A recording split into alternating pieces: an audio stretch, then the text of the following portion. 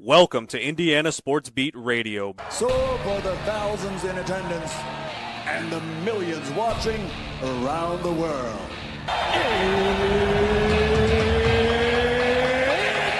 Time! Three on the way. Oh! It went in! It went in! And Indiana wins the ball game! Know your role and shut your mouth, you jabroni! Float game for the win! Ayla's gone. Goodbye. Touchdown, Indy. Woo! IU. America. They got a football team now. It's pretty simple. I win.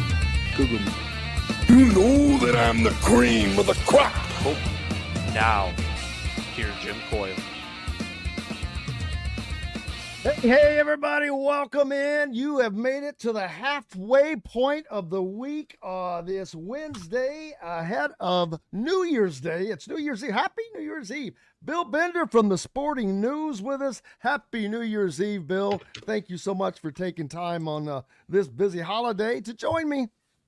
Well, Jim, it's always a pleasure to come on with you. Anything going on this week? No, it's pretty. We're waiting for, I think Indiana has a basketball game on the 4th against Washington. Other than that, it's kind of slow, except for out in Pasadena, California, baby. The Rose Bowl is ready to roll on. Soggy, maybe going to be a little soggy for this one, unfortunately, as Indiana taking on Alabama for a chance to move forward, actually. Normally we talk about the Rose Bowl, Bill, and it's, hey, man, just go win the Rose Bowl. But this is just one of 3 games you need to win to be the king of the hill. And Indiana and Alabama, not 2 teams we expected to be seeing playing, but what a great, great matchup I think it's going to be. I do too. And you know, whenever you talk to a Big Ten kid about the Rose Bowl, I remember the first time I went out. I've told this story a couple times this week. Albert Dixon was a photographer at Sporting News. He was from Michigan, and he said to me, best advice ever. He said, walk up the tunnel. And when you do that, think about all the history, you know, that has happened in this stadium. And I don't need the amenities. I don't need the 100-foot television. I need the history and the nostalgia and just love being in that venue because of all of those reasons. You think about Charles White and Archie Griffin and Warren Moon and Tyrone Wheatley and all the Rose Bowl legends. You get to experience that, and Indiana gets to experience that this week. And I think Alabama's a great opponent to have in there too. I know they're not a traditional Pac-12 team or anything like that, but man, Alabama, Indiana, you can't ask for much more. Absolutely. And you've got so many different storylines that, you know, I've talked about a lot, but, you know, the head coach, Kalen DeBoer, Indiana's former offensive coordinator, his defensive coordinator, Kane Womack, was the defensive coordinator at Indiana at the time. Their strength coach was also at Indiana, and their co-offensive coordinator, Nick Sheridan, is there now, but he's going to Michigan State. But a lot of ties. It's funny. Alabama has more Indiana ties than Indiana does on the staff.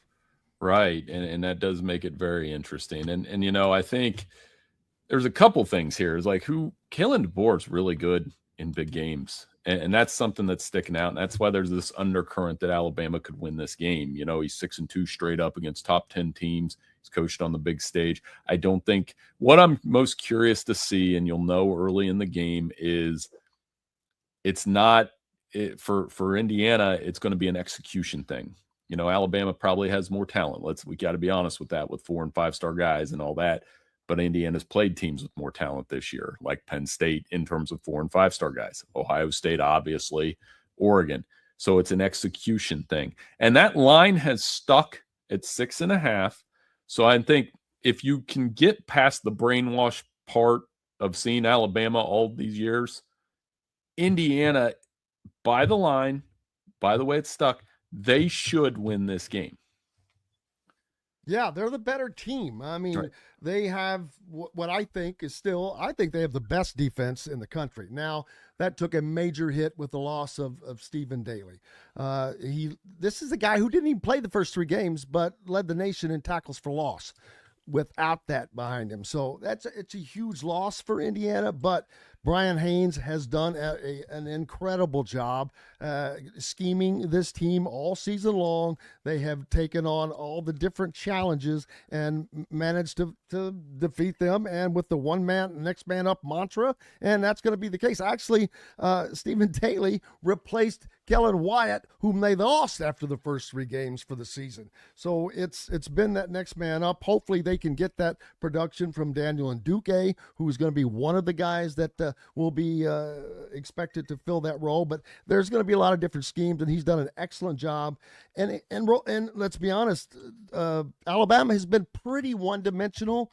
They need that running game, which kind of plays into Indiana because they've been pretty ferocious against the run. And Indiana, on the other hand, is multidimensional offensively, and Alabama has not, they may do well on stopping the run, but they play a lot of zone in the secondary, and boy, I think Indiana can eat that up. But then we also have to consider the weather because it's supposed to rain. What? It rains? I thought it never rains in California. Isn't that a song? I can't remember. Boy, it's supposed to be, man, but I've never seen it rain in Southern California, but when I was there, but man, right. Not looking good. Well, here's the thing. Last time I was out, it's funny you said that. Last time I was out in California for the Georgia TCU game in at SoFi a couple years ago, it poured on the day of the national championship game, but they had that kind of dome retro, whatever that stadium is. Here's the game key for Indiana, I think, is if you look at the games against Iowa, Oregon, Penn State, Ohio State, those would be the 4 teams that I think are comparable to what they'll see in Alabama. They averaged 110 rushing yards in those games. So if Indiana rushes for like more than 200 yards, Alabama's just done. They're going to get routed in this game. But if it becomes something where Indiana's around 120, 130 rushing yards at the end of the game, it will be interesting because Fernando Mendoza will have to make some plays against that secondary. And then on the other side, Alabama's 4-3 this year when they've rushed for less. They can't run the ball. They haven't been able to run the ball effectively for most of the season, and they're 4-3 in the games where they have less than 100 rushing yards, which puts more on Ty Simpson. So which quarterback, Mendoza or Simpson, when they get more things put on them, executes in this weather? So I think that's a very interesting theme to this game.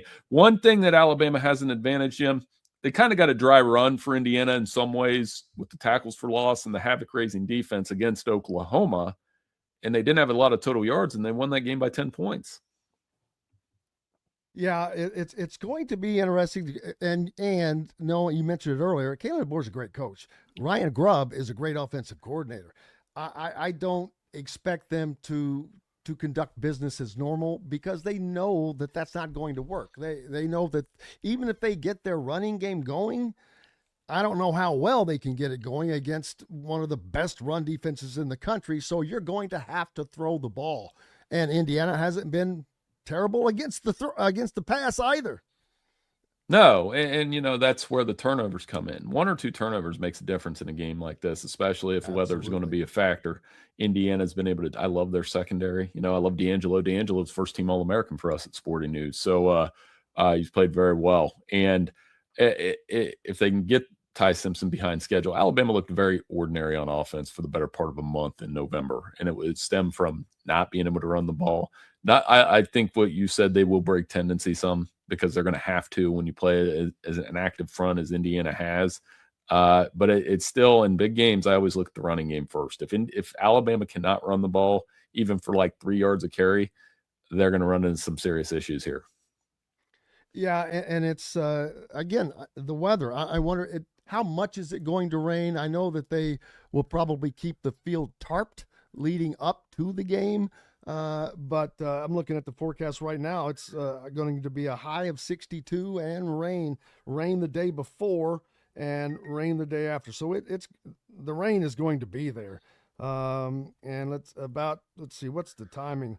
You know what? On game day, 1 p.m. 30%, 2 p.m. 20%, 3 p.m. we see some sun, and 4 p.m. 20%. So it may not be too bad. They might luck out. They're going to get rain in the morning, which the field will be tarped. So hopefully they can keep it off there, and it won't affect the game much at all.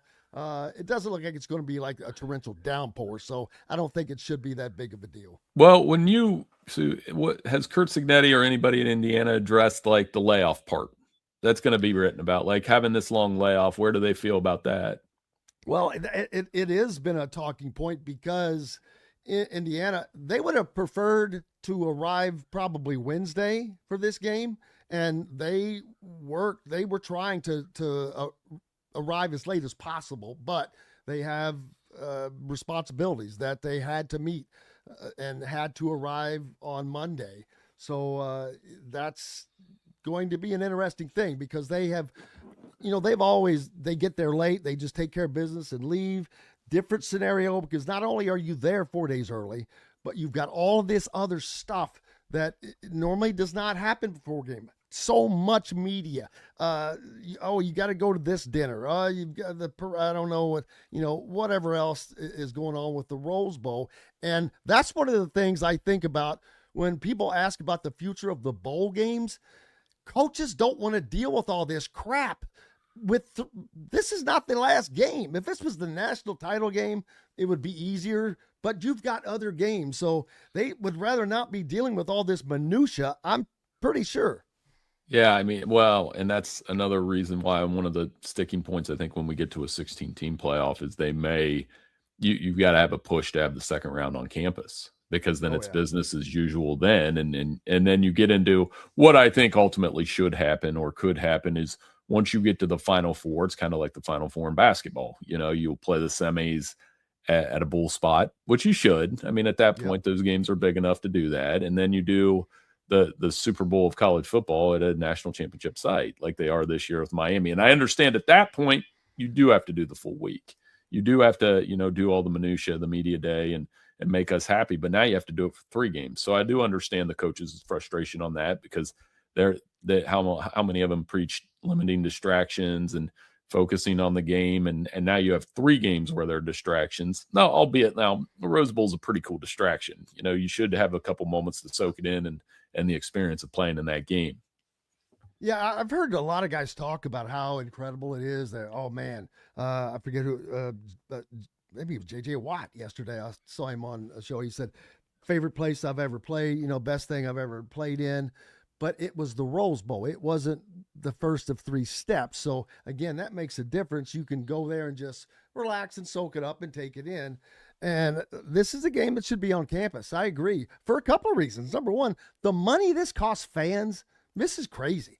The flights to L.A. are unbelievably expensive right now. So you've got all of that cost with 3 more games to go. So there are just a lot of things that are going to have to be taken into consideration for the future of the CFP, but there's many other things as well. How many teams and all of that good stuff. But right now we have it how we have it. And I like the teams that there are, these Final 8 teams. I like all these 8 teams. I think those are the ones that probably deserve to be there. And we're going to get a pretty good, I think, a true national champion from this group. 7 of the 8 teams in this playoff ranked in the top 12 in scoring defense. The only team outside of that is Ole Miss, and I don't know that too many people are giving them a chance to beat Georgia in the rematch, even though that last game was tied into the third quarter. So I do think defense becomes a huge storyline in this round of the playoff. It starts with Miami and Ohio State. Which defense shows up? There's a lot of chatter around that game, and I obviously live in the Central Ohio bubble, but a lot of Miami fans, have been waiting about 22 years for this one. Especially after what happened the last time these two hooked up in the BCS championship game. Indiana, Alabama defense. Again, Indiana, Ohio State have these elite defensive statistics, and so does Texas Tech. And that is why they are the most intriguing team, not Indiana, in this round for me. I know what Indiana's about. I've seen them in the playoff 2 years. Texas Tech is representing an entire conference. Their defense was amazing. We don't know how that stacks up going against Big 12 versus going against a big brand like Oregon. If the picks that I have come true, Jim, we're going to have 3 Big 10 teams in the semifinal. I really do. I believe that too. I think Oregon gets past Texas A&M. Although I respect their defense, I don't think that their offense is enough to get past Oregon. I do too. And I think Oregon's big. So I think we get an Oregon-Indiana rematch. And then I think we get a Georgia-Ohio State. That'd be the Fiesta Bowl. And man, imagine the pressure, like I think I've said it on here before, that Georgia will have carrying the SEC flag against 3 Big Ten schools in that round. So, I think that's kind of how I see it. Of the 4, I have Alabama, Indiana, a tight score. I think it'll be like a 24-21 type game, and Indiana wins.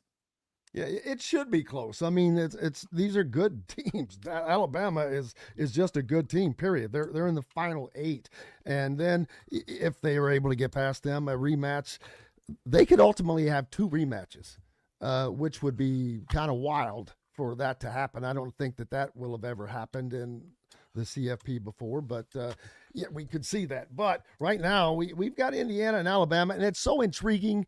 I don't think they've ever played. No, that's the cool part. The entire history. How? It's nuts. How? Like, did they answer, and they normally tweet these out, like, what is the uniform scheme? Like, Alabama's obviously going to wear the white with the red helmet. Is Indiana going red helmet on red? I would. I think they're normal what they do. Yep. I had Xander Diamont on yesterday, former IU quarterback, and he's not happy with the uniforms that Indiana's putting out there. And I will say, I miss they used to have these chrome striped helmets. Boy, those were cool. I really miss those. I would wear a white helmet, but that's Xander would have to answer that, right? Like a quarterback, you're looking red helmets everywhere, red and white. These are athletes. Great question. It is a legit question, just because I'm like, if Indiana was wearing white helmets, then you're looking at that. I don't know. They have the same exact colors. That's a weird question, but I did have that pop up in my head. I guess, the jersey will hopefully be enough of a differentiator, but yeah, the helmet, I forgot about that. The helmets are going to be, there's so much crimson in this too. I mean, you can just go Indiana and Ohio State, they were together, and then you can add in, Georgia, are they red really, I guess? Well, I guess Oklahoma and Alabama played the same way too. Like they had the same kind of uniforms on that, and even Alabama in that game, Kalen and Brett wore the same outfit. So who knows? Well, Kalen's got to wear that black. They call it the death, what they call it, the hoodie of death. Hoodie of death, yeah. Well, we'll see. Does the hoodie make it through the Rose Bowl? What will happen? But and I guess the questions of Kalen DeBoer leaving Alabama pretty much put to bed with Michigan's hiring of Kyle Whittingham, and what a great hire for them. What a great hires for the Big Ten. I mean, Kyle Whittingham now at Michigan, Matt Campbell now at Penn State. The Big Ten really got better on the coaching side of things. The top third of when we do these coaching lists next year, you'll see the top third of the Big Ten, whether it's Ryan Day, Kurt Cignetti, Dan Lanning, those guys will all be ranked in the top 5, if not top 10 at least, top 5 probably. Then you get into Lincoln Riley and Matt Campbell and Kyle Whittingham. Matt Campbell and Kyle Whittingham, for Penn State and Michigan to get those 2 hires after prolongated coaching searches, or the way that Michigan, the circumstances around their coaching search, they're home runs. They're like ground. I said they're like at least ground rule doubles, and at most home runs, because they both get guys that can help reestablish the culture, add to the coaching ranks. I mean, this is a deep conference. And like I said, if they get 3 of the 4 semifinalists, and I've said this on this show too, and I'll say it one more time, if you get a national champion that isn't Ohio State or isn't Michigan, and you get 3 in 3 years, so if like Oregon or Indiana wins a national title, that's huge for this conference, because now you're starting to do what the SEC used to do. Now you can say, hey, we've got 3 or 4 But they teams. didn't even do that. They didn't have 3 different teams win. It was Alabama and Georgia for the most part. Although LSU, they got theirs in 2019, but I think that there was a lot of consternation about that title, and so everybody's paying players now, and love to see the parody. What is up next for you, Bill Bender, at Sporting News, our nation's oldest sporting publication? No, I got plenty of coverage coming. We have a piece up right now about the Ohio State-Miami 2003 BCS championship game. There were 52 players that stepped on that field that were drafted into the NFL between Miami and Ohio State in 03. It's a silly list. It's unbelievable how much talent was on the field. And then we have a feature on Jacob Rodriguez, the Texas Tech linebacker. He is a great feel-good story. And for all the parents out there that have young athletes, read that. You'll see how much his parents had in helping him get to where he's at Texas Tech. So I'll have coverage and reactions from all the games. Looking forward to it. I'm so glad we squeezed one in too here, Jim. Happy New Year to you. I really enjoy contributing to your show, and this has been a lot of fun. I'm glad Mike hooked us up.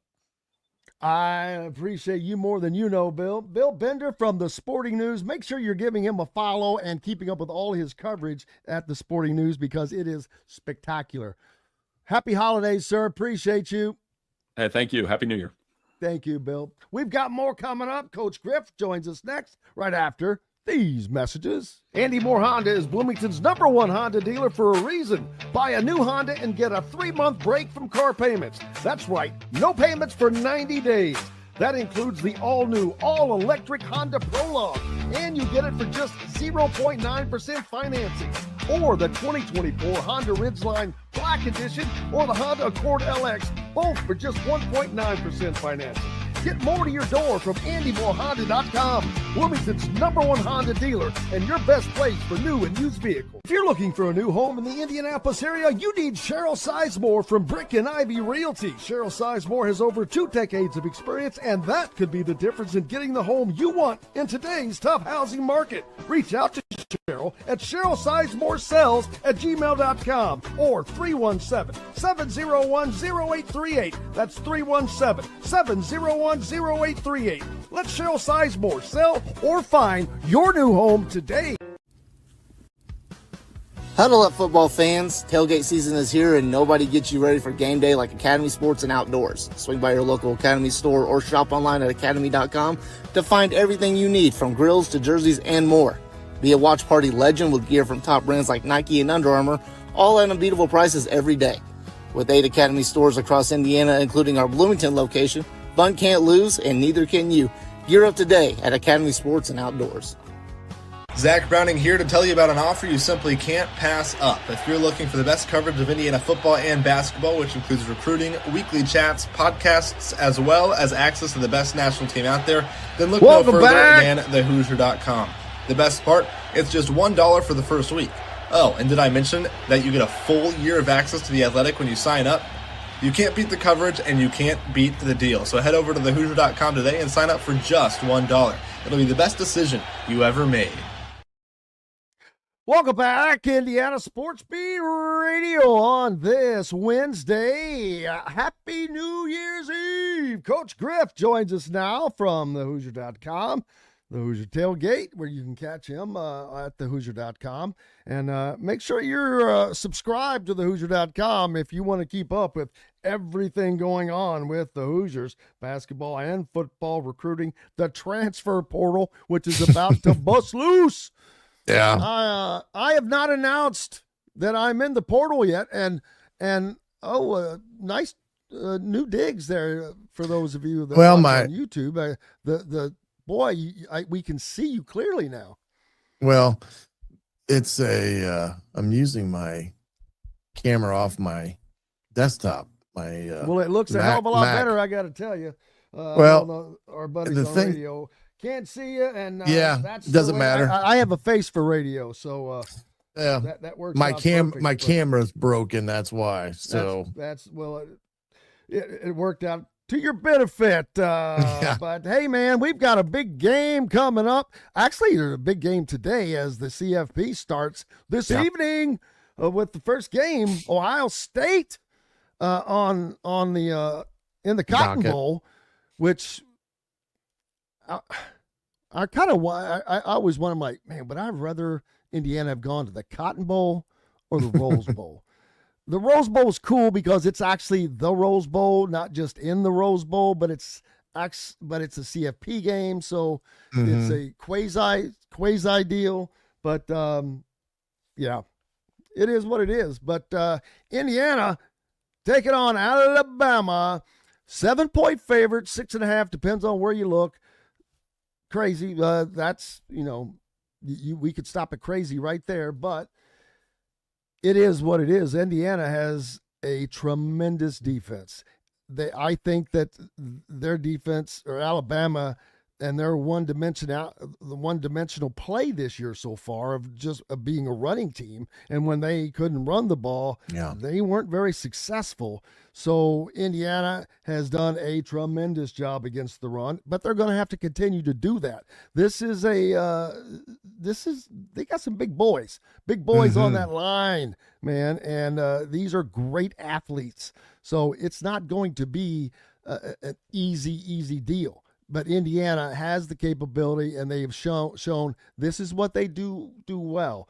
I still think, though, they're going to need to force a turnover or two in this game, which is something they have done better than anybody in the country. They lead the country in turnover margin. Man, taking balls away. I still remember that Maryland game, just taking them. I mean, literally just took them away from the Terrapins. But and if they force Alabama into having to pass the ball, that's where they're going to have to really step up. And but they've got some great guys back there. Whether you're talking about D'Angelo Pons or Lewis Moore, who has a ton of INTs.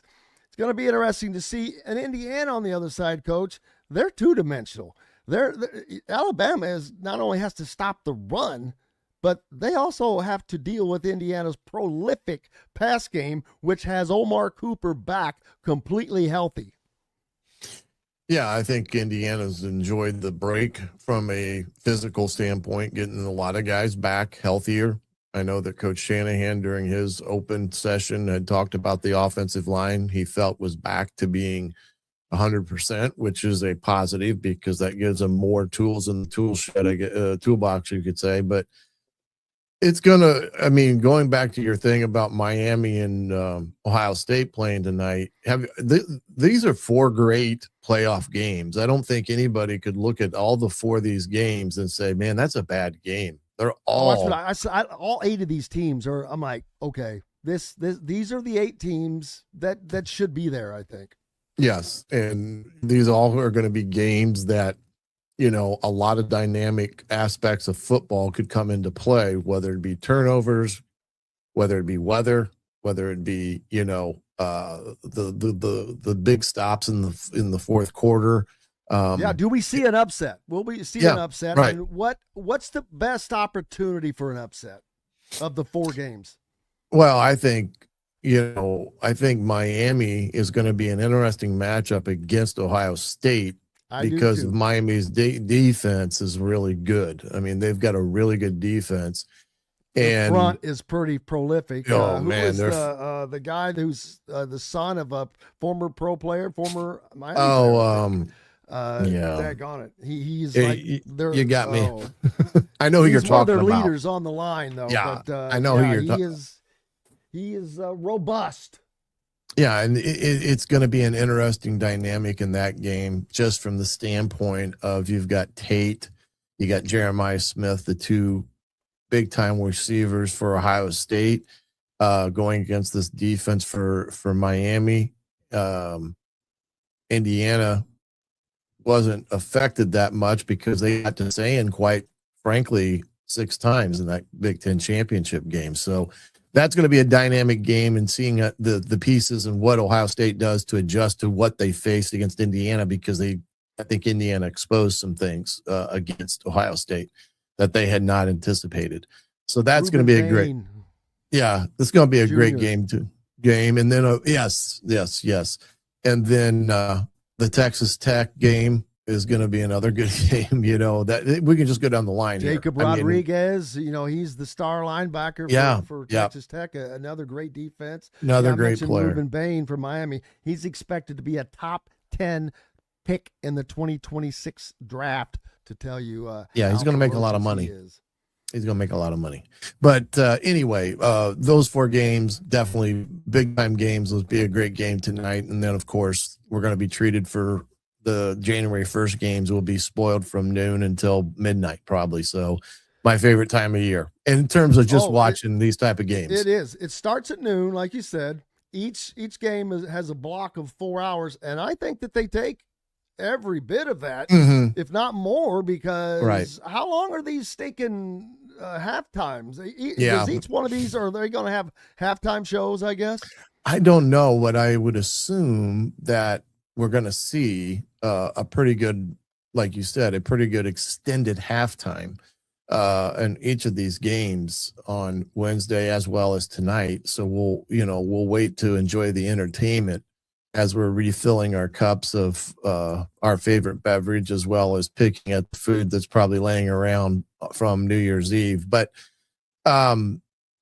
specific about Indiana, I mean, there's a couple things here I wanted to get out. Number one, did my preview of Alabama game in Indiana's matchup last night on the tailgate.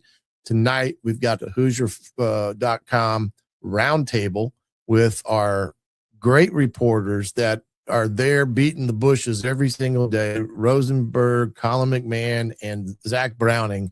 We did this at the beginning of the year, as you know, and we came back and finished it up before this game, talking about the path and then, of course, the game. So that'll be airing tonight at 7:30. Yeah, Colin and Drew are out there already now. Yes. And there's already, Yeah. it started on Monday, Indiana's media obligations and all of that stuff, and that will continue. But they're out there now, and looking forward to that. That should be fun. And I'm sure Sig's enjoying all of this at the same time. Oh yeah, you know it. Couldn't wait to get there. But you're going to have wall-to-wall coverage, all the wall-to-wall coverage that you can handle between now and the game on Thursday. But anyway, this game against Alabama, you said it earlier. There's no question Alabama's defense has been their bright star the entire year, because Bama's offense has been an up and down type of offense all year long. And they've found themselves here and there, but they never had a lot of consistency offensively throughout the year. Now, Ty Simpson is a great quarterback. He's the kid that gets the ball in and out of his hands quickly. He can hurt you in the running game because you got to account for him.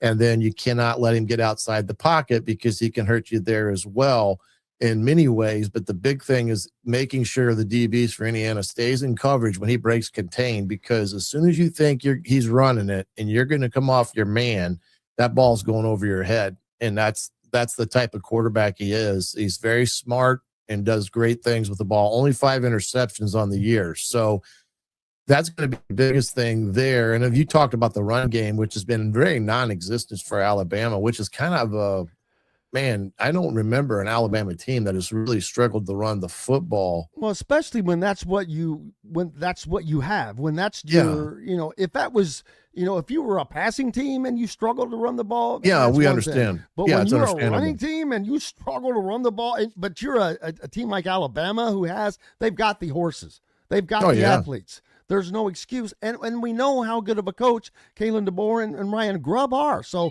it's very confusing.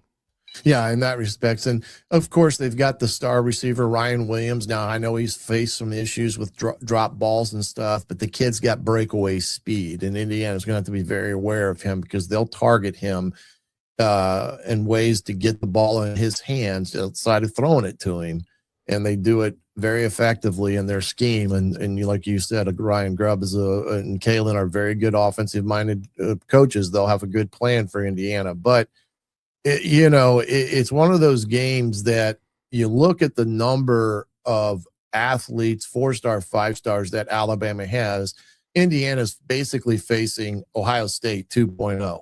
I mean, when you look at it from a talent perspective on their defense and Ohio State's defense that Indiana faced. So they're going up against a team that while their jersey colors have changed, they've seen these type of defenses all year with the Penn States and the Iowas and the Oregons and the Ohio State and the Big Ten championship game. So I do think Indiana will have a very good formulated plan. I like to see if their RPO game can get some back into the fray some against Alabama, because I do think that presents some problems to them. And Georgia did a great job in the SEC championship game of hurting Alabama in quick passes. So, but it's hard to sit here and say this is going to happen, this is going to happen, because they're so good teams. It's one of those things that, darn it, you make the big costly mistake and that could really hurt you in this ball game for either side of the ball, whether it's Alabama or Indiana. That breakdown that cost you a big time play ultimately could cost you the game.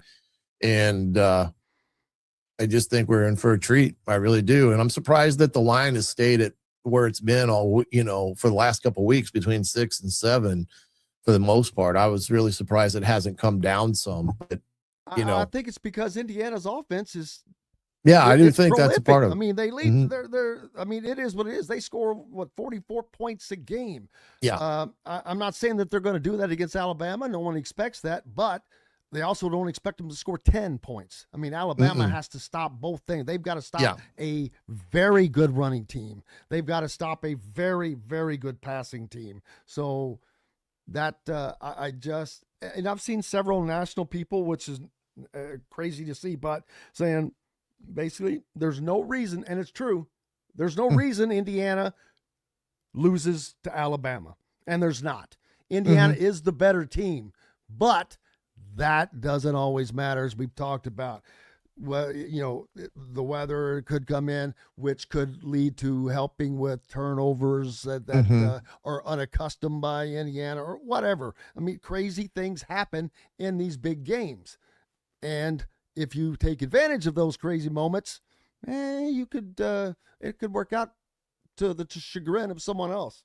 Yeah, no question. And people have asked about the weather and first and foremost, I don't think it's going to be one of those torrential downpours that last the entire game. So that's the one thing I don't think it'll be. But I do think this type of weather that could potentially impact the Rose Bowl in some ways, I think favors Indiana from the standpoint. I think they're more accustomed to that type of weather. They've played in it against Oregon. Fernando Mendoza played 3 years at Cal, which is going to be in the same, vicinity of weather in that respect. So I don't think it's going to have that much of an impact. Well, I don't either, because as I've looked at the forecast, while it's going to rain, they obviously have the field tarped.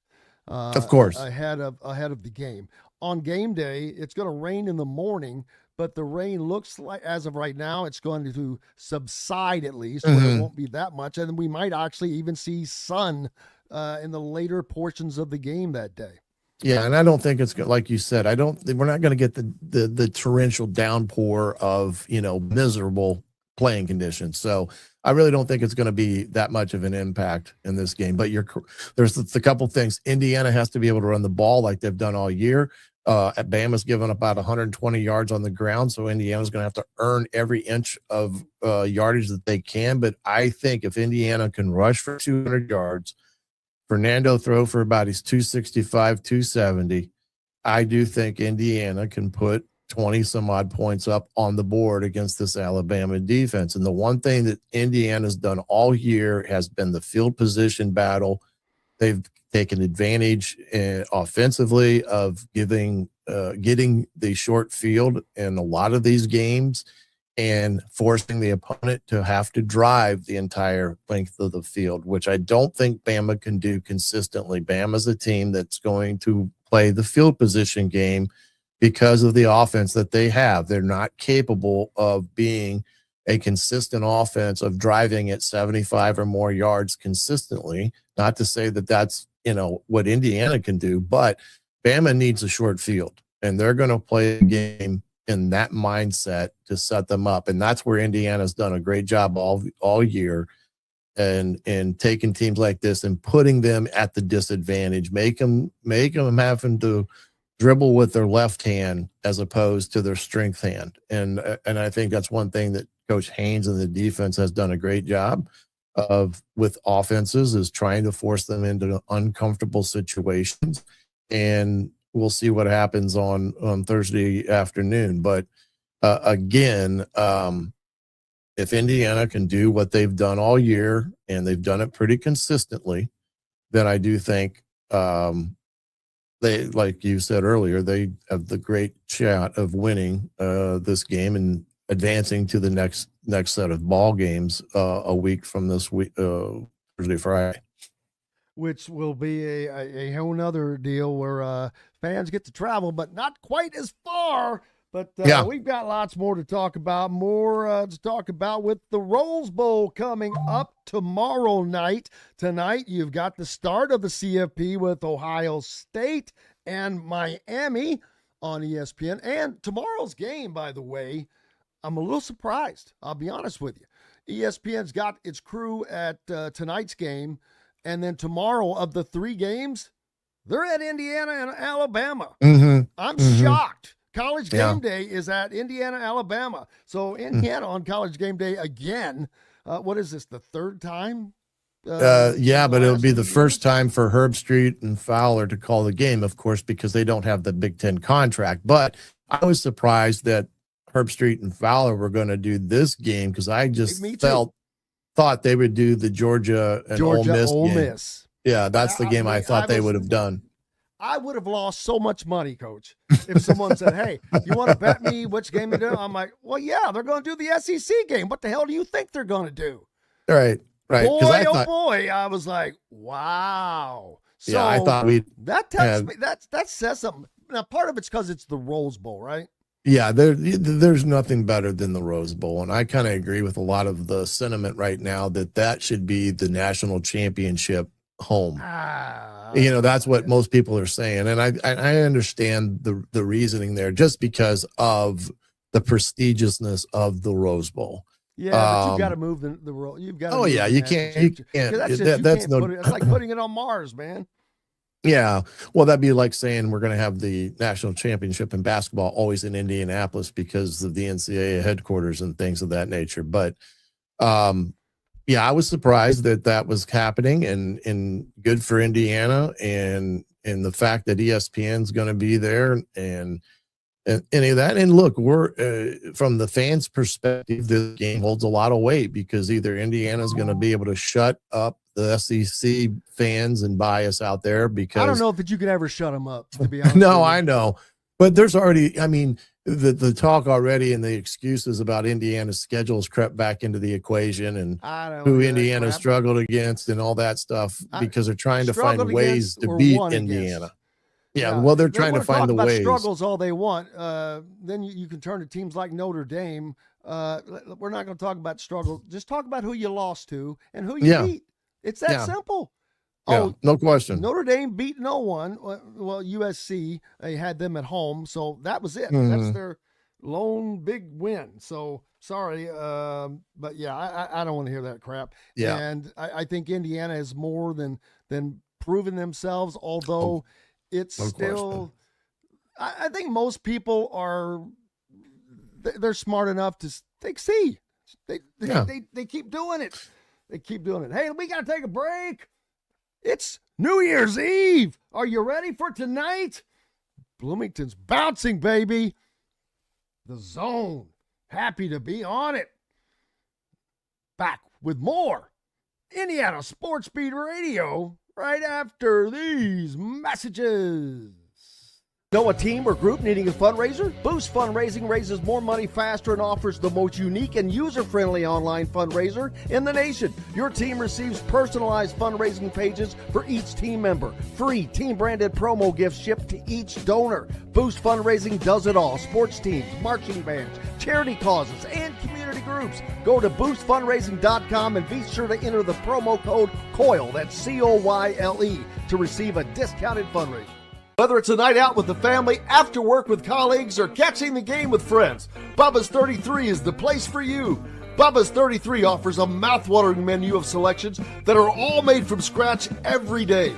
The portions are big, but the prices are small. And with over 50 big screen TVs, you'll never miss the big game. Bubba's 33, pizza, burgers, beer.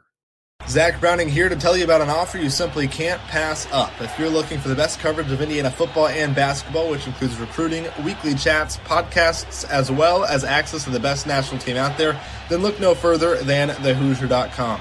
The best part, it's just $1 for the first week. Oh, and did I mention that you get a full year of access to The Athletic when you sign up? You can't beat the coverage, and you can't beat the deal. So head over to thehoosier.com today and sign up for just $1. It'll be the best decision you ever made. Huddle up, football fans. Tailgate season is here, and nobody gets you ready for game day like Academy Sports and Outdoors. Swing by your local Academy store or shop online at academy.com to find everything you need, from grills to jerseys and more. Be a watch party legend with gear from top brands like Nike and Under Armour, all at unbeatable prices every day. With 8 Academy stores across Indiana, including our Bloomington location, fun can't lose, and neither can you. Gear up today at Academy Sports and Outdoors. Welcome back, Indiana Sports Beat Radio, coming to you on this Happy New Year Wednesday. Glad to have you along. Coach Griff with me. You can catch him at thehoosier.com with the Hoosier Tailgate. Each, Monday, Thursday? Yeah, Monday and Thursday when they're in season. And this has kind of been a little bit frayed, but we've been predominantly Mondays because of the way the game falls and things of that nature. But like I said, we had our show last night for the preview, and we got the roundtable tonight with the guys from thehoosier.com. So we're giving you as much wall-to-wall coverage as humanly possible to get you ready for this ball game on Thursday, that you'll feel watching it in person or watching it on TV. You understand what's happening. I'm looking forward to all these games. I'm looking forward to watching tonight's game. But of course, I've got to travel. I'm heading to LA to get to the daggone game. Unfortunately, I'm going to fire my travel agent. I'm not happy with how these arrangements were, but unfortunately, I just have to look in the mirror to find that dude. So normally I'm pretty good at that, but you said it earlier. I heard you talking about the cost and all this. And, it's a pretty steep cost to go to the Rose Bowl, let alone family and friends. Now there used to be that help and it's expensive for the media. Trust me. Man, you cover the things. We cover all that stuff. We foot those bills, but this is not. Hopefully this is not the end of the road for Indiana. Hopefully we'll be covering them in Atlanta in 10 days at the Peach Bowl for a semifinal game, and then hopefully in Miami for the national championship game. So I know the flights were like $1,000 when I was looking at them. They're ridiculous. So, but anyway, that's just a flight. But you only live once. Don't want to talk about the hotel. But then you have to wonder. That's why these games. That's, to me, Coach, that's another reason why some more of these games have to be on campus. The cost is prohibitive for teams that will go to the national championship game. The fans of that team will have had to go to 3 games. Yeah. Travel to 3 games.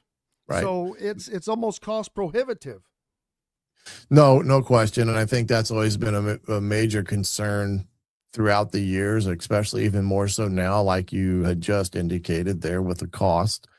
And I don't know what the answer is other than what you had stated, is how many games can you get played on the campuses to ensure cost mitigation. But at the same time, schools are going to make a pretty good chunk of change doing it that way as well. So right now it is what it is until they figure out a better way and avenue. But I know exactly what you mean when it comes to the costs that are incurred. And it's just not by families, it's by media and everybody else. So it's not cheap. Let's just put it that way. It would have been better for Indiana to be in the Cotton Bowl because it probably wouldn't have been as big of cost flight wise.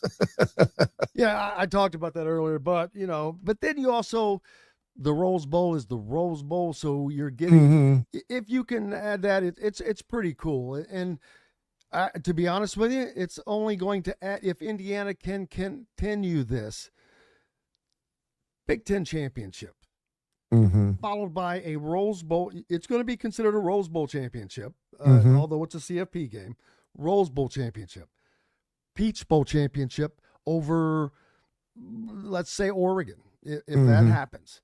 Then you get to the national championship game. It's in the Orange Bowl, but it doesn't matter. It's a national championship game. It doesn't matter. But the legacy of this season could go.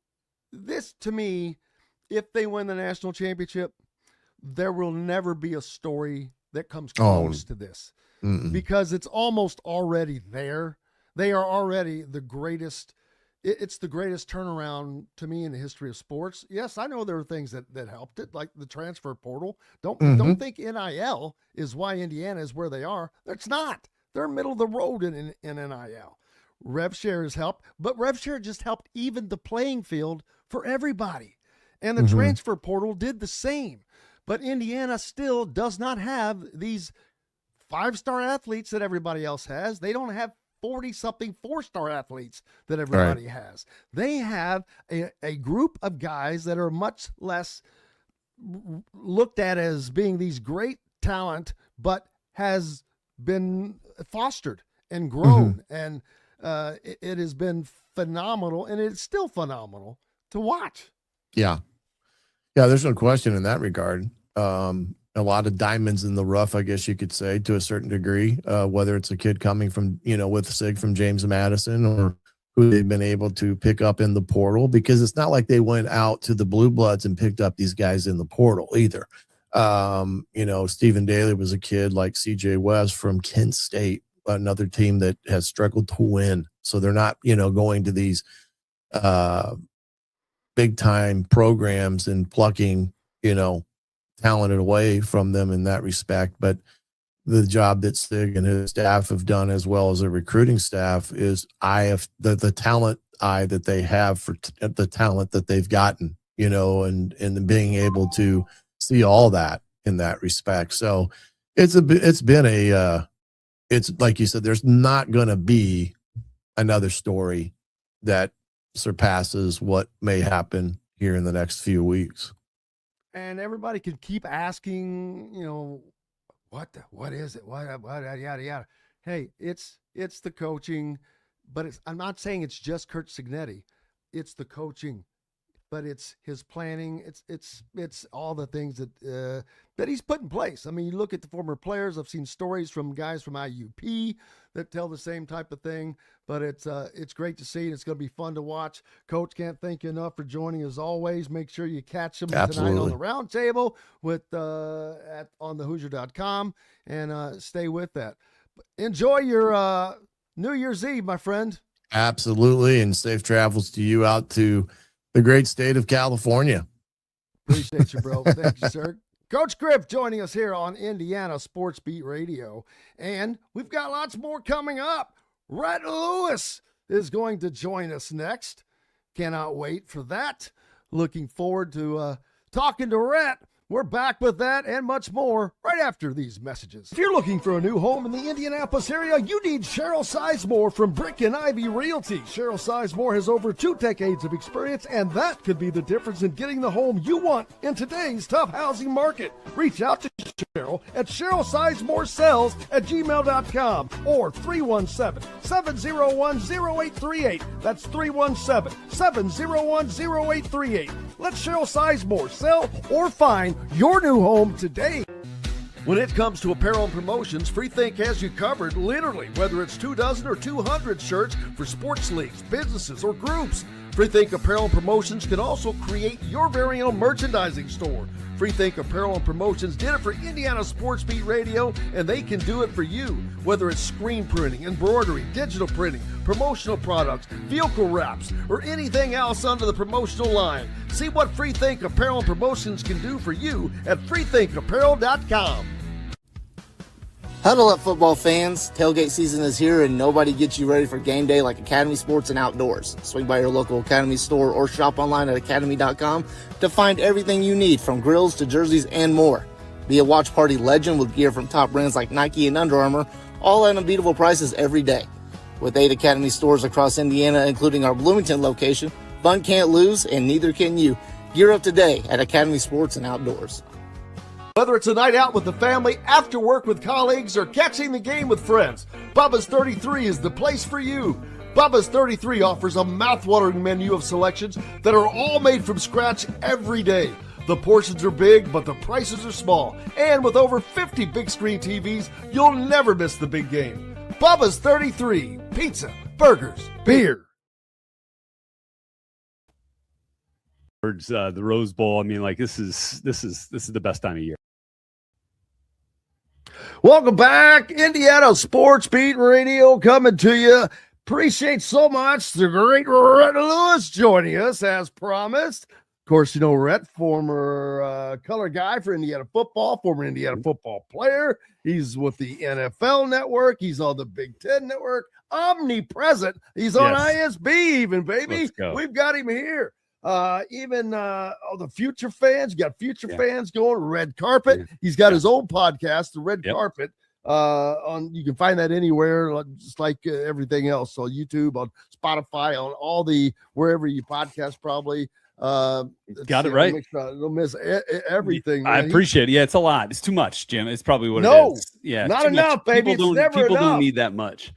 Hey, and tell me about future fans. Yeah, that sounds like something that's really, really cool. So look, I mean, as a dad, I think, one of the things that you want is you want to be able to share your love and passion for football with your kids, right? Girls, boys, I mean, the whole thing. And so as dads, we kind of know that if we try to tell or speak about rules and like, hey, watch for this and this, it kind of goes in one ear and out the other. But when you can immerse them in it by playing a game that teaches the game, which is what Future Fans is, futurefans.com, you get 20% off this game. It's $60. It's a great post-Christmas present, New Year's present, birthday present, whatever you're into at this point of the year. But it's just a great way for kids to learn the game. And the best thing I can tell you is, Jim, like I had, this time of year, you got games on every day, right? I'd have my son coming home from school on a Tuesday afternoon and be like, hey, is there a game tonight, Dad? I'm like, well, yeah, there is. It's Middle Tennessee State in Memphis. And he's like, can we watch it? I'm like, okay, sure. And so we'll sit down and watch any game, any ball. They want it now after playing Future Fans. So get out there, futurefans.com. It's a great way to get your kids into the game. And to get them into the game correctly. Yes, that's it. And you might learn something along the way as well, parents. That's it. Yeah, man, there is so much going on and so much that you're doing right now before we get to Indiana and the Rose Bowl, which you will be covering as well for the Big Ten Network. Also doing work for the NFL Network, which is cool. See y'all time. It's late at night. I'm popping up. There's Rhett in the studio, baby. Yeah. Talking ball. Yeah. Oh man. It's so much fun. It's such a great time of year. We got the push to the playoffs in the NFL. We've got the playoffs now in college football, working our way towards the Rose Bowl. I mean, like this is the best time of year. Speaking of the college football playoffs, there's going to be change. We know there's more changes each year, and that's okay, because that's how else the hell you going to learn. Nobody knows everything.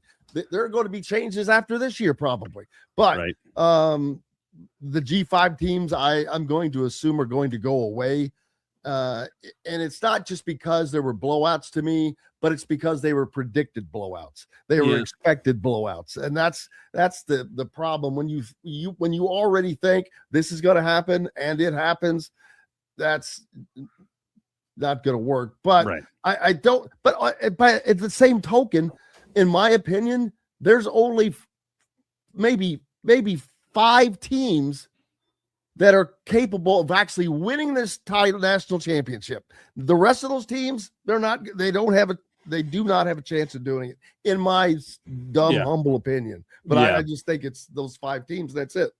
Yeah, I think there's definitely some consternation about all this. I think that the rules are the rules, and we all understood the rules. And the best way to keep those teams out is for the teams that are supposed to win. Go win. Exactly. Clemson. Go win LSU. Notre Dame. Go win Notre Dame. Obviously the 2 teams that they lost to were sitting there playing each other. And that wasn't a great game between A&M and Miami until the very end. But look, you got to win the games that are on the schedule. And that is something that Kurt Cignetti has done immeasurably well in 2 years in Bloomington. He has won.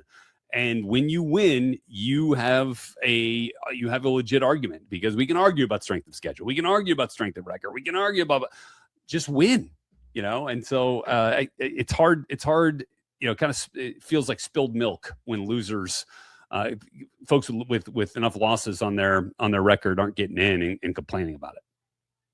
No doubt. And I understand too, though, because of the subjectivity, because I'll be honest with you, I don't think Texas A&M was worth of crap. Their resume was no better than Notre Dame's. They lost to terrible teams. Yeah. But Notre Dame doesn't have any reason to cry either. They beat the 4 Power 4 last place teams. So I'm like, I don't want to hear it. Yeah. I really, especially when I look again and I say, you know what, you're not capable of winning it this year anyway. So I don't care about you. But the teams that I do think are capable, I want to say Texas Tech, but I just don't think that they have the offense to be able to go through this entire gauntlet that they'll have to go through. Oregon looking good. They look freaking really, really good. I know it was against James Madison, but they just look so efficient. Yeah. And that's what you expect from a Dan Lanning team, because that's what they've done over the years. Right. Rhett? Right. I think offensively, they've really found their way, especially in the run game. And they've got a number of backs that can do it, which is why it's so dangerous. I think that's another area that they've really kind of excelled in beyond post Indiana, like post the loss to IU at home. So defensively, look, I think there's room to move the football against them. I think JMU showed you that. They've got, a unique way that they do it with a lot of that quarterback run game. But they gave up a lot of those points late in that game. I would say it was never in doubt. Oregon was pretty much in control of that game, although they put up some yards and points, and that is not up to the standard that Oregon is accustomed to. And we'll see if they can get that fixed against Texas Tech. But I think that's going to be one of the better games of the playoff is Oregon and Texas Tech. I do too. I cannot wait to see that. And you got Texas Tech, who is probably more known for defensively. They've got Rodriguez, that great linebacker, and it's going to be a test there. So that should be a really good game. Now these games are all. I'm excited. All four of these games, you're looking at them, you're like, woof, really good. This is what I want. And this is probably how it should have been, but it doesn't matter. I don't care about that. We got here, and that's all that matters. That's going to be an incredible game. And the Big Ten could win its third straight national title with three different teams. They have a very good chance of that between Indiana and Oregon being that. Yeah. It's just crazy. But Oregon is very capable of winning, I think, the national championship.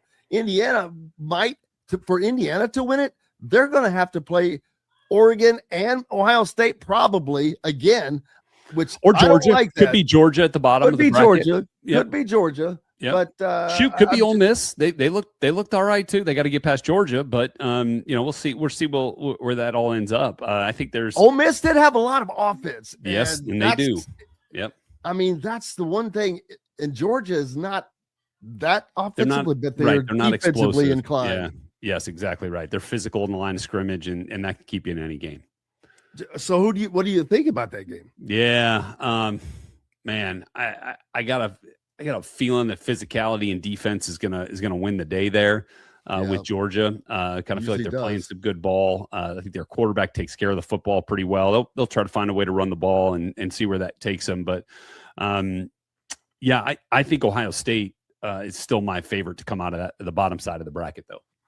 Really? Yeah. Well, I do too. I mean, they're very strong. They're not happy. Right. You've got a good team that's pissed off. That's not a team I want to play. They got beat in the Big Ten championship, so they're even more pissed off. And they want they want to win the national title. They want redemption. Right. It's all of these storylines are going to be so great. The Ohio State Georgia game. First of all, we've got Georgia and Ole Miss in the Sugar Bowl, but which I think that's kind of like that's old school SEC championship game. Oh man, both those, I mean, those Georgia fans have been in the Sugar Bowl so many times. I mean, like they know exactly where they're going pregame. They know what drinks they're getting at Pat O'Brien's. Have you been to the Gator? Have you been to the Sugar Bowl? Oh yeah, many times. I grew up in New Orleans, so many times. Gator sausage. They've got come on. They had these Gator sausage dogs that I spent $25 on buying 3 of them because they were so damn good. Oh, it's delicious. Forget that. It's delicious. Awesome. Yeah. Awesome Sugar Bowl's New Orleans a great town for it, and they'll have a great time, and then we'll see where it goes once they get on the field. And the Orange Bowl as well, kicking off all these great games. Miami getting challenged in this one. They're not in. Cotton. Miami, Cotton. They're in the Cotton Bowl. Yeah, they did. It's weird how you can't get people like Texas Tech is in Miami instead of the Cotton Bowl, right? Which if they had been in the Cotton Bowl, been a home game. that would have just, and then you could have had Miami and just didn't work out. That's okay though. But yeah. I think those are. I mean, look, that's. I love that Indiana's in the Rose Bowl. Like that's the only match and location match that I care about. That's it. And how perfect is that? I'm getting a chance. My dad was a student trainer on Indiana's last Rose Bowl team in 1968. Really? Yes, sir. Yes, sir. Dean Kleinschmidt, and then went on to go 40 years in the NFL as an athletic trainer, and no kidding, and has not been back to a Rose Bowl since. So I got a chance to bring him. So he's got a flight, he's got a ticket, and he's going to come to the Rose Bowl and see Indiana play Alabama on New Year's Day. So it's pretty that cool. is so awesome. What a great story that is. Yeah. Your dad was an athletic trainer in the That's NFL. Right. Yeah. Wow. Yeah. One of my best friends from high school, he was our athletic trainer. Oh, cool. Glenn Snow was just a great dude, but he knows all those guys. That's a pretty tight fraternity. I bet $10 to a nickel. He knows your dad. Right. But what a cool story. Yeah. So that had to spur you a lot as well. Oh yeah. I mean, again, you want to talk about like we did at the top of the show, talking about love for the game. That's certainly where mine came from, being around my dad, being around the game, being around ball and just getting a chance to, be in the locker room, be on the field with him and, go to practices. And I wanted to do whatever I could to stay around the game. And so that's why you're stuck with me here. Cause my hamstrings weren't good enough to keep my speed up enough to actually keep playing the game. So just had to stay around it as best we could, Jim. Hey, whatever it takes, brother, Yeah. whatever it takes, Yeah. it always seems to end up working out the right way, doesn't it? Sometimes. Yeah, no doubt. Yeah. The Cotton Bowl, number 2 Ohio State versus this Miami team. Miami just doesn't seem to have enough defense for me, although they do have a pretty damn good defensive line. They've got Reuben guys Bain and that crew. Yeah, they're going to make life hell for Julian Sinn. Well, and I think that's the equalizer for them. That's the way they stay in this game is they make him as uncomfortable as Indiana's defense did, in the Big Ten championship game. And if he hasn't figured that out, and if he has not come to terms with this is going to be a hostile environment in the pocket, and I got to find a way to deal with it a little bit better than we did last time out, then it's going to be a longer day. Because I do think that when protected and when at the top of his game, Julian Sinn is plenty talented enough for them to get past Miami and obviously Carnell Tate and and Jeremiah Smith and that whole crew. It's going to be it's going to be a challenge for Miami, but it'll start with pressure there. If they can get enough pressure on Sinn, they're going to be in this game. If they don't, I think Ohio State could win by 2 touchdowns. The great Rhett Lewis is with us, former Indiana football player, former color man for Indiana Broadcasting, currently with the Big Ten Network and the NFL Network, where you can catch him both places, but you will see him at the Rose Bowl, baby, before and after. How cool is this that you're great. getting to do this? Yeah. Gee whiz. First of all, it wouldn't matter if it was in a parking lot. It would be pretty damn cool. It would be cool as hell if it was in a parking lot. It's not. It's in Pasadena, California, in the Rose Bowl, a place that they have not been in. They played in it. But not really. Count. That was not the Rose Bowl. That was just a game. This is the Rose Bowl. 1967. Yeah. Long time. 1945. Long time. There are 2 Big Ten titles.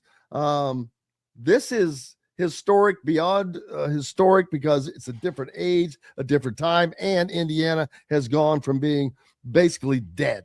The program was dead. It was the losingest program in Division I, and then Lazarus rose from the dead and became the king of the mountain.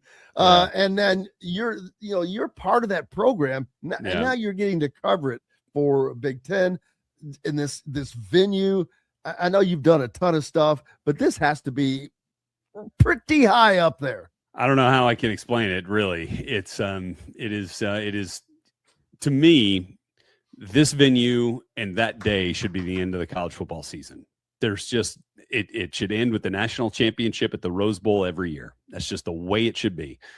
It is always a Chamber of Commerce day. It's 72 and sunny, maybe 70 and sunny. Usually every time that I have been there in the last 5 years, the sun, sinks beneath it's right behind the San Gabriel Mountains, right at about the start of the fourth quarter.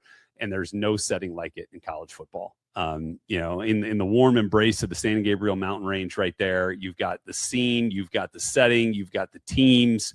It is just a beautiful place for college football. And it's so special, so unique. And the fact that Indiana is now getting to play their first college football playoff game of this run in the actual Rose Bowl as a Big Ten champion, a place they haven't been in a title they haven't held since that last time is just it's immeasurably cool. I'm so fortunate to get a chance to be on the pregame for Big Ten Network and postgame for Big Ten Network, and then just to take the game in and just to let it wash over you. It's such a special place. If you haven't been yet, go. Just find a way. Find a way. Take out that second mortgage, Jim. Get that home equity line. Like whatever you got to do to get to Pasadena on New Year's Day, do it. Rhett Lewis with us here on this New Year's Eve. Glad to have him along as we are getting everybody ready for the Rose Bowl. CFP starting tonight. We've got lots more coming up. We're back with it, with more, with Rhett Lewis right after these messages. The ISC Sports Network is your home for sports content across the Hoosier State. Find us live on TV and streaming or archived on our website and our app. The ISC is your one-stop shop for the content you want to see, including high school sports, college sports, and other great events throughout the year. Subscribe to our streaming service and get access to it all. ISC. Local lives here. Know a team or group needing a fundraiser? Boost Fundraising raises more money faster and offers the most unique and user-friendly online fundraiser in the nation. Your team receives personalized fundraising pages for each team member. Free team-branded promo gifts shipped to each donor. Boost Fundraising does it all. Sports teams, marching bands, charity causes, and community groups. Go to boostfundraising.com and be sure to enter the promo code COYLE, that's COYLE, to receive a discounted fundraiser. If you're looking for a new home in the Indianapolis area, you need Cheryl Sizemore from Brick and Ivy Realty. Cheryl Sizemore has over 2 decades of experience, and that could be the difference in getting the home you want in today's tough housing market. Reach out to Cheryl at CherylSizemore@gmail.com or 317-701-0838. That's 317-701-0838. Let Cheryl Sizemore sell or find your new home today. When it comes to apparel and promotions, FreeThink has you covered, literally, whether it's 24 or 200 shirts for sports leagues, businesses, or groups. FreeThink Apparel and Promotions can also create your very own merchandising store.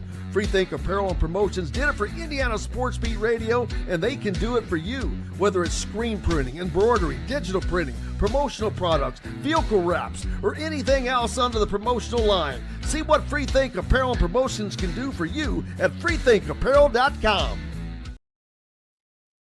Welcome back to Indiana Sports Beat Radio on this New Year's Eve Wednesday. Happy to be with you. Happy to be on the zone in Bloomington. Hope everybody's enjoying it. Rhett Lewis, former Indiana football player and now part of the Big Ten Network, the NFL Network. He's omnipresent, like we said before, but he's awfully happy to see his Hoosiers in the Rose Bowl. Boy, I don't know if there's any flights left, to be honest with you, brother. Yeah, fair enough.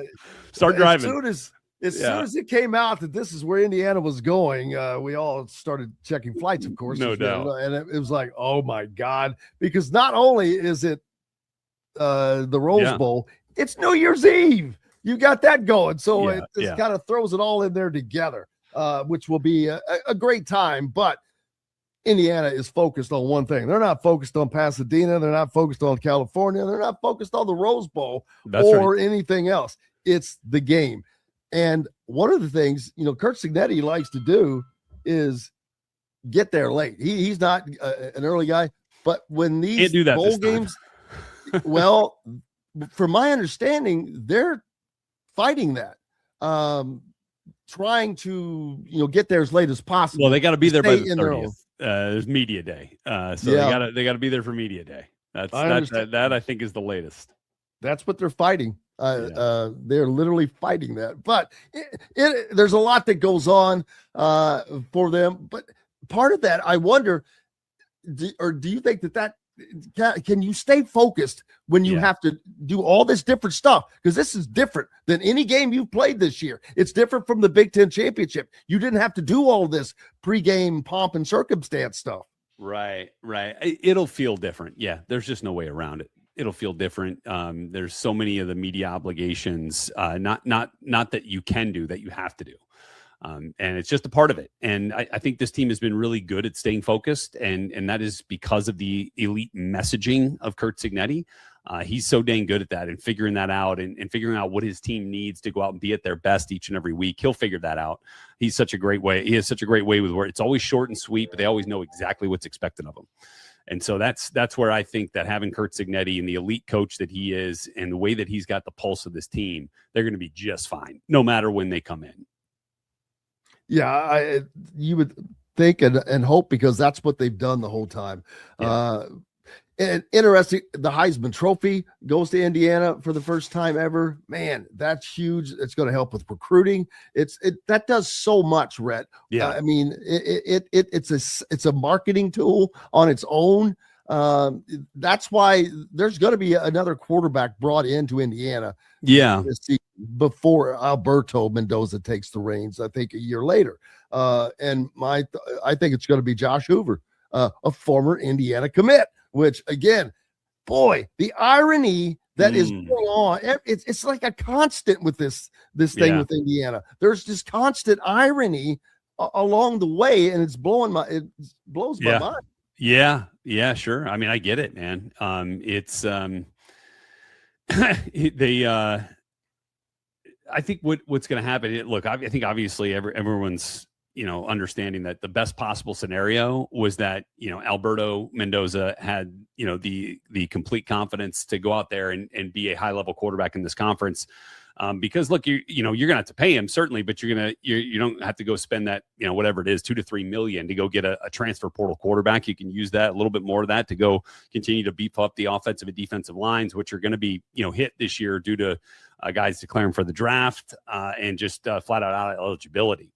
But you can't just hope there. And the coaching staff's the only ones that know, where they are in terms of, quarterback. But I think I would be surprised if there's not a transfer portal quarterback. And I know that Josh Hoover, is extremely talented. He had a terrific year at TCU. And I know Sonny Dykes just talked so highly of him as I was getting ready for the Big 12 Pro Day last year. They do a conference-wide Pro Day, and Hoover actually came in to throw. And he wasn't draft eligible, but he came in to throw, and everybody out there was like, "Oh, dang, this kid can spin it." So, yeah, he's a terrific dude.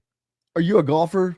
I'm not. Yeah, I had Josh on the show when he was an IU commit before he got here, and so It was during COVID.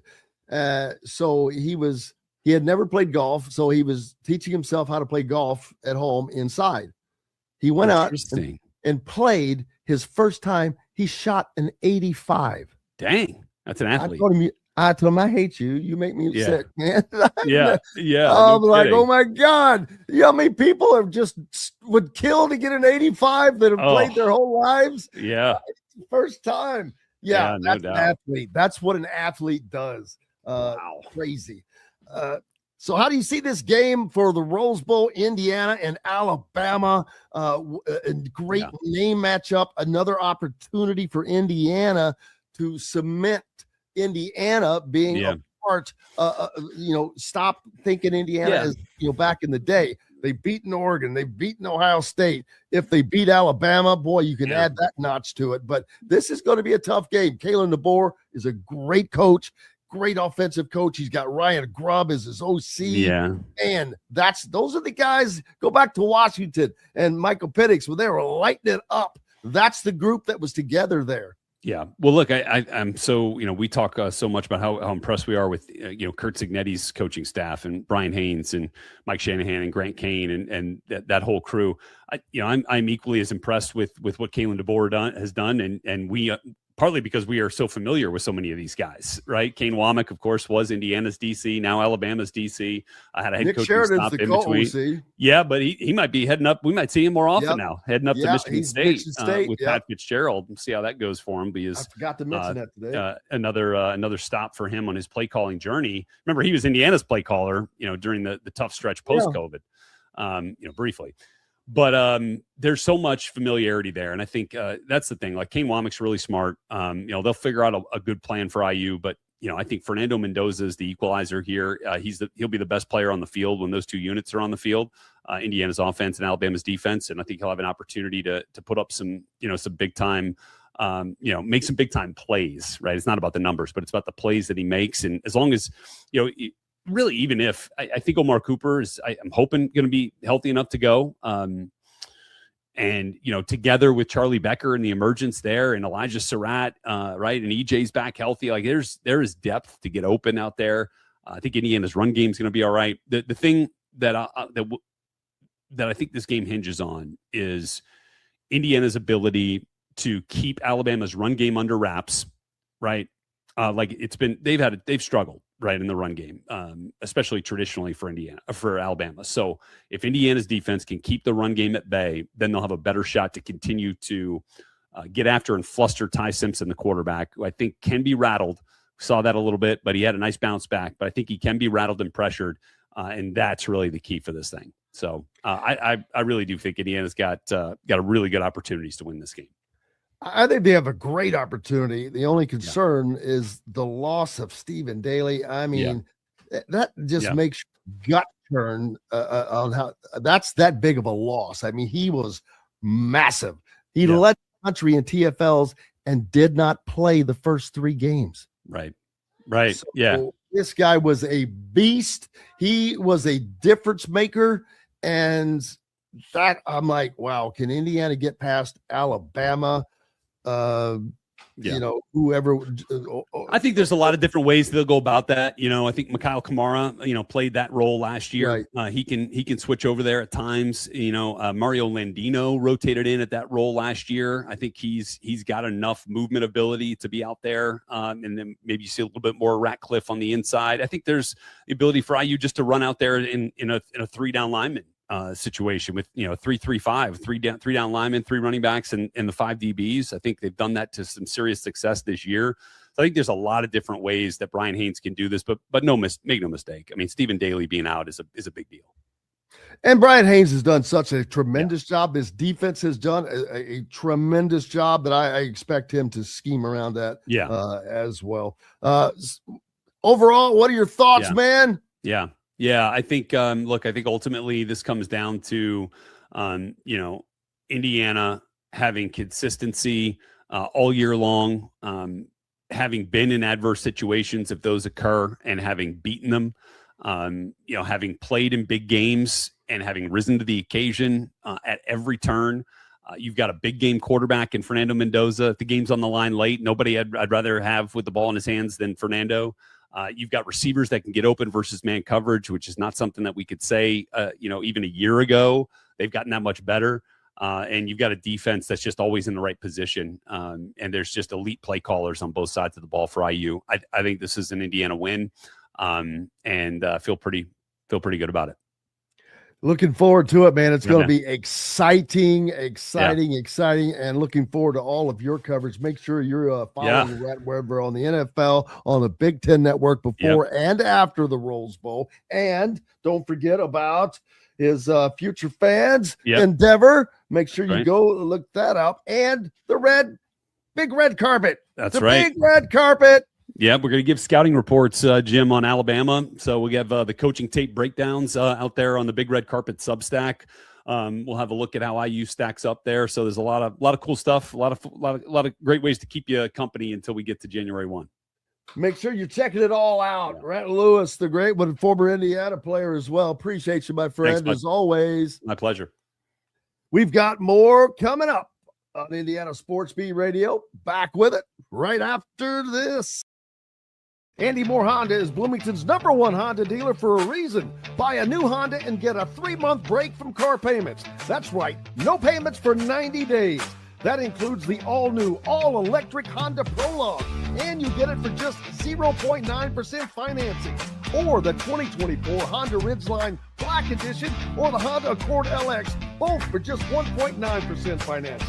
Get more to your door from AndyMooreHonda.com, Bloomington's #1 Honda dealer and your best place for new and used vehicles. If you're looking for a new home in the Indianapolis area, you need Cheryl Sizemore from Brick and Ivy Realty. Cheryl Sizemore has over 2 decades of experience, and that could be the difference in getting the home you want in today's tough housing market. Reach out to Cheryl at CherylSizemore@gmail.com or 317-701-0838. That's 317-701-0838. Let Cheryl Sizemore sell or find your new home today. Huddle up, football fans. Tailgate season is here, and nobody gets you ready for game day like Academy Sports and Outdoors. Swing by your local Academy store or shop online at academy.com to find everything you need, from grills to jerseys and more. Be a watch party legend with gear from top brands like Nike and Under Armour, all at unbeatable prices every day. With 8 Academy stores across Indiana, including our Bloomington location, fun can't lose, and neither can you. Gear up today at Academy Sports and Outdoors. Zach Browning here to tell you about an offer you simply can't pass up. If you're looking for the best coverage of Indiana football and basketball, which includes recruiting, weekly chats, podcasts, as well as access to the best national team out there, then look no further than thehoosier.com. The best part, it's just $1 for the first week. Oh, and did I mention that you get a full year of access to The Athletic when you sign up? You can't beat the coverage, and you can't beat the deal. So head over to thehoosier.com today and sign up for just $1. It'll be the best decision you ever made.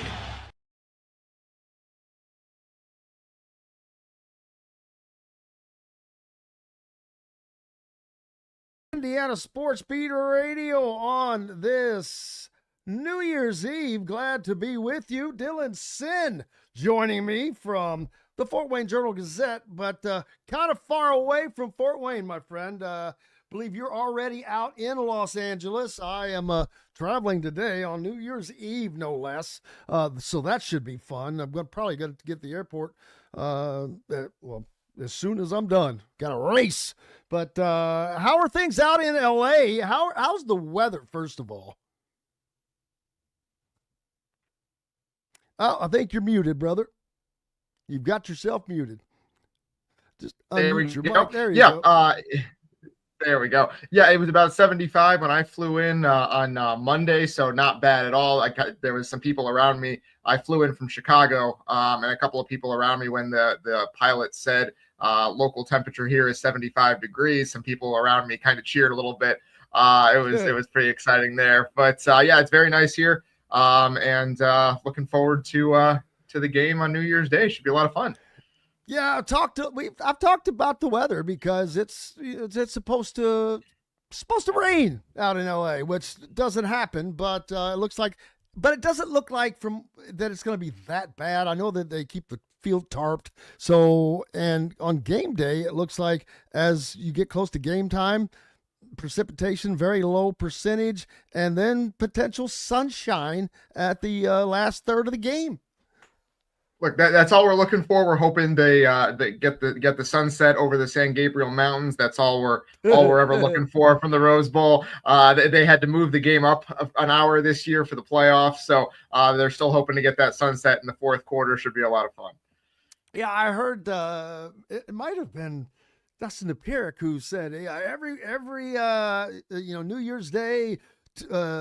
5 o'clock, and I'm like thinking, well, the game's at 4 o'clock. Yeah, so they moved it threw up. Me off, but yeah, I forgot.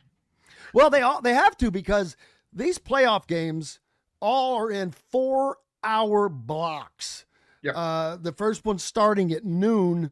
First one is tonight, of course, with Ohio State and Miami. But tomorrow it starts at noon, and every 4 hours you've got a different game up till midnight.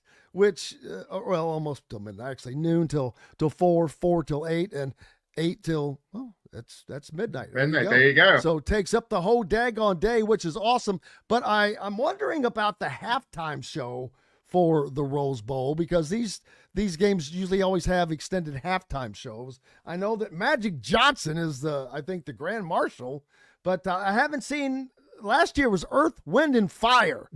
So I'm trying to find out, what is that? Do you know what the halftime show is? I do not. I had forgotten that it was Earth, Wind, and Fire last year. That's pretty funny. I'm sure they'll have someone big. Like you said, it will be an extended halftime show. I'm sure they'll have something on the field. But yeah, that's why these games need 4-hour windows, because football game, generally speaking, college football, 3.5, 4 hours, and then you have the extended halftime on top of that. You don't want to have these games running over unless there's maybe an overtime or something like that. So they really try to space it out, and that's why the Rose Bowl doesn't like moving its game. They always want to start 5 o'clock on New Year's Day, and they acceded to that request to move it 1 hour this year. So we'll see how that goes.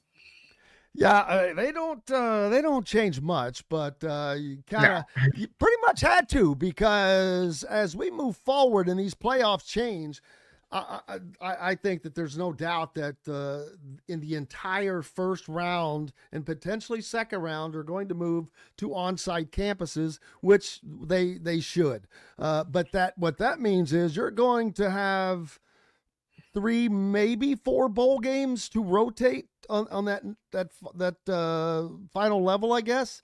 However they manage to do it, they may end up with 4. I don't know. We'll see how they end up. But there's going to be more campus games. There should be. For one thing, the teams have earned it, but secondly, the fans have earned it, so they don't have to freaking pay. What I wonder what the average cost per fan to go to the Rose Bowl has to be. $2,500. Yeah, I mean, it is interesting.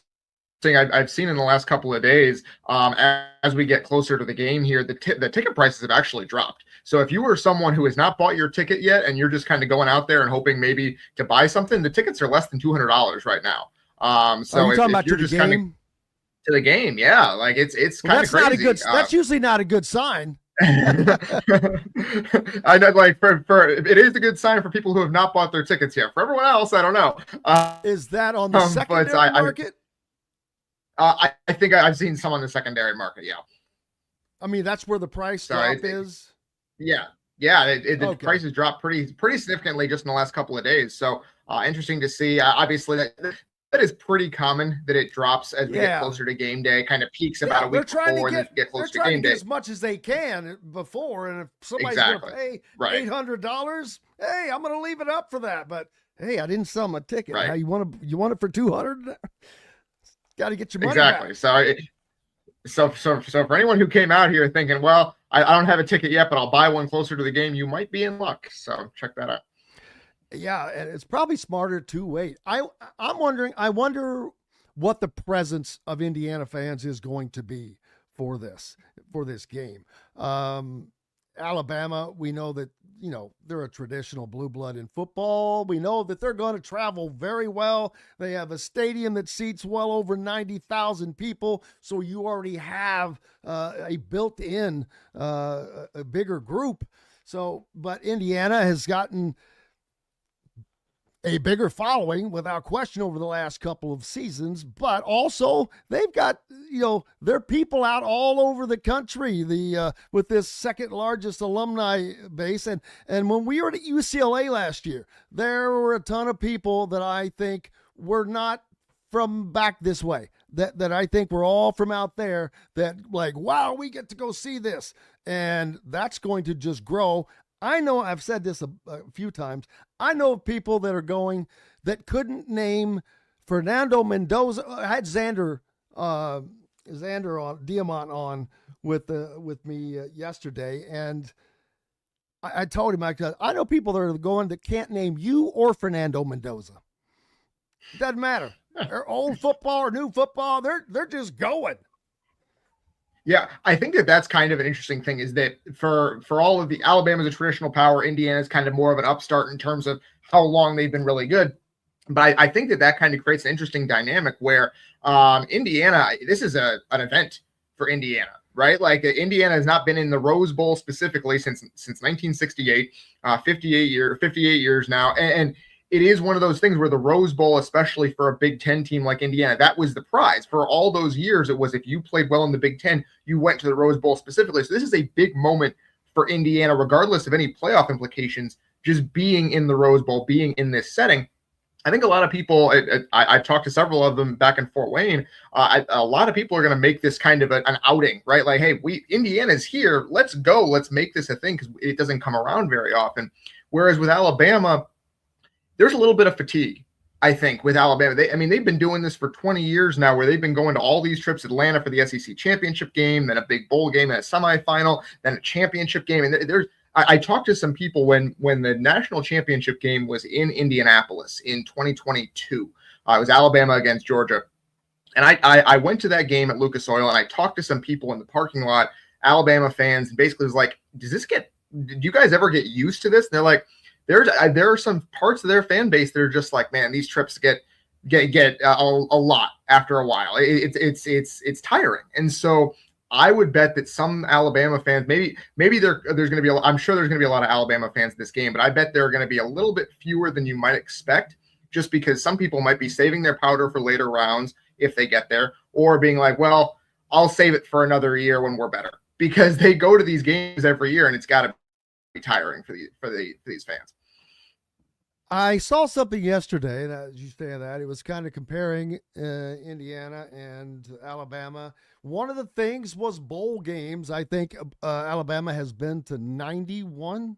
Is that right? Is that that might be a little bit, well, because they played in multiple over the last decade or so with the semifinal. So I'm not sure that might be relatively close. I guess I'd have to check it out, but that doesn't sound totally off. It was a crazy high number. Yeah. I think Indiana's is like 14 or something like that. And it just showed the great disparity between the two. But we know that Indiana has no tradition in football. Pro players and had all that, yada, yada, yada, yada, yada. Doesn't matter. None of that matters. This is a new era of college athletics, a new era of football, and Indiana is a team that we've already seen that does not have the talent that Ohio State, that Alabama, that Georgia, these other teams have. We've seen it. We saw the chart. We've seen all the 5 stars these guys have, the 40-something 4 stars they have. Indiana was 11th. They were behind Tulane in that regard, Dylan, but yet they beat Ohio State's ass in the Big Ten championship game. They beat Oregon at Oregon. Penn State at Penn State, Iowa at Iowa. I don't care who they got on their team. These are a bunch of badasses, guys that have grown up, that have been taught, that have put everything that they have into this, that they've learned, they've grown, and man, have they overachieved.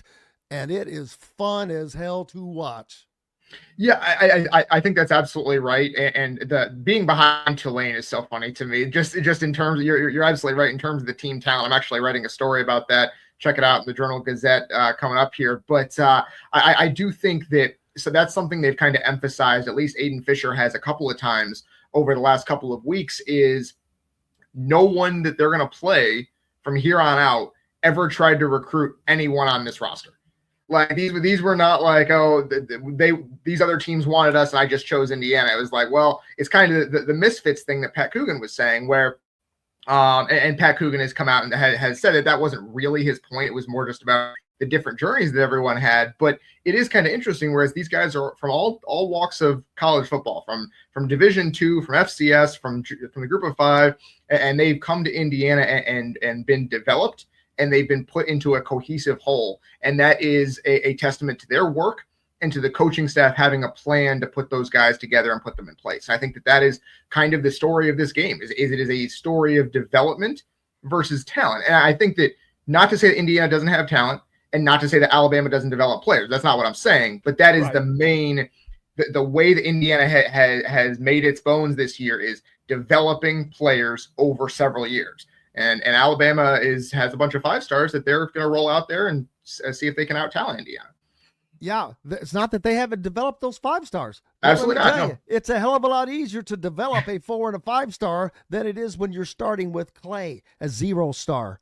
And Indiana has an abundance of those. But it's not just, sometimes these guys are overlooked. Fernando Mendoza was a 2 star. He had an offer to walk on to Alabama, and the irony of this game is I read an article, and what the greatest line in the whole thing was, so Fernando basically threw away his opportunity to back up Ty Simpson in this upcoming game for Alabama versus Indiana. He could have been his backup for this. Wouldn't that have been nice? Wouldn't that have been nice for Fernando? Boy, we'll never know. Hey, poor dude missed out on all of that. But it's the irony that, not only would he have been his backup now, he's favored to win that game, and he's won the Heisman. It's just, it's all a great full circle deal. But does Indiana have to win the national championship to, I don't want to say complete this, because obviously that would complete it, but you know what I mean. If they don't win the national championship, what does that do to the story?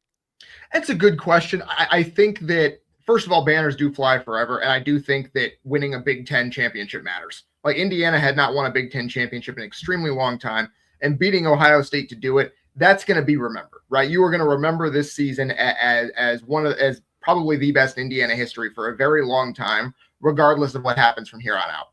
And I do think that anyone who tries to tear this team down, even if they don't win the title, anyone who tries to tear this team down and say it wasn't that good and all this and all that, they're just going to be wrong. And if you're a fan who has watched this team all year long, you have to kind of put that out of your mind. You have to remember what this team was, regardless of what happens from here on out. Now, they have 3 games left.